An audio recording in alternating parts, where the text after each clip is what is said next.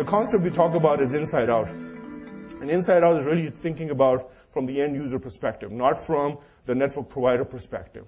Where is the end user located? Where are they using their data? It's happening more indoors, and the indoor usage is going dramatically from the home, from the office, from all these locations. That's where data traffic is. That's what data traffic was in terms of when you think about the wired world. The wireless world is just following the same pattern. There's nothing new. But for the wireless industry, it is new because we thought about networks from the outside. We never thought about inside networks. But when you think about indoor public cellular, where traditionally you haven't had good coverage, now you're going to get a lot of new services with DAS systems, and picocells is another good example of what's going to happen. There's going to be a huge amount of data traffic being traversed there. So with the DAS systems, you're able to connect to the operator base stations. You can integrate them with an IP cloud or Wi-Fi, and through a software management solution, you can now combine all of these onto one set of distributed antennas where you now have broadband application, meaning that you can cover multiple technologies, you can cover multiple operators, and you can provide one infrastructure solution. Moving forward with picocell, picocells traditionally have been thought about as actually low power and low capacity. What we need to think about is high capacity, high performance. Coverage is not the issue. Coverage is there. I mean, you're going to have macro cell coverage with the big sites.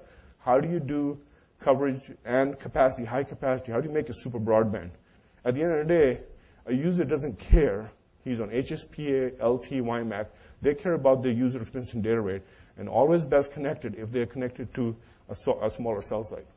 I think multi-user MIMO is very critical as such, because that will improve the average cell throughput, not the peak throughput. Another area that I think is pretty critical. Now, as you go to these small cells and you start thinking about distributed networks, you wonder about backhaul. You wonder about, well, how are we going to go fit this? Well, there are many ways to fit it in terms of the femtocell architecture, in terms of IP backhaul. But there are other ways that I think people are thinking about. I know we talk a little about relays, but think beyond relays in terms of self-organizing, self-healing networks that really drive you to say, now, why do I need to be going to a base station if I want to transmit a 20 gigabyte file in this conference room to this gentleman? Why would I need to do that? There's no reason to do it. The only reason is because that's the way we think about it, and that's the way we've been traditionally doing it. Now, how do you implement it? There are challenges. There are technical challenges. But the ideas of self-healing, self-optimizing networks, peer-to-peer communications are very interesting. The network community has to get much faster in the cycle.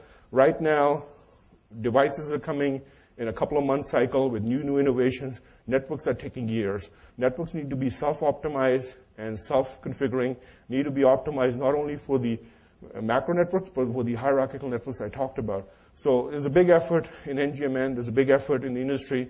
We at Powerwave are pretty excited about SON solutions because they allow an operator to really go rapidly deploy stuff, have software configurable radios, have software-defined radios that allow you to now configure.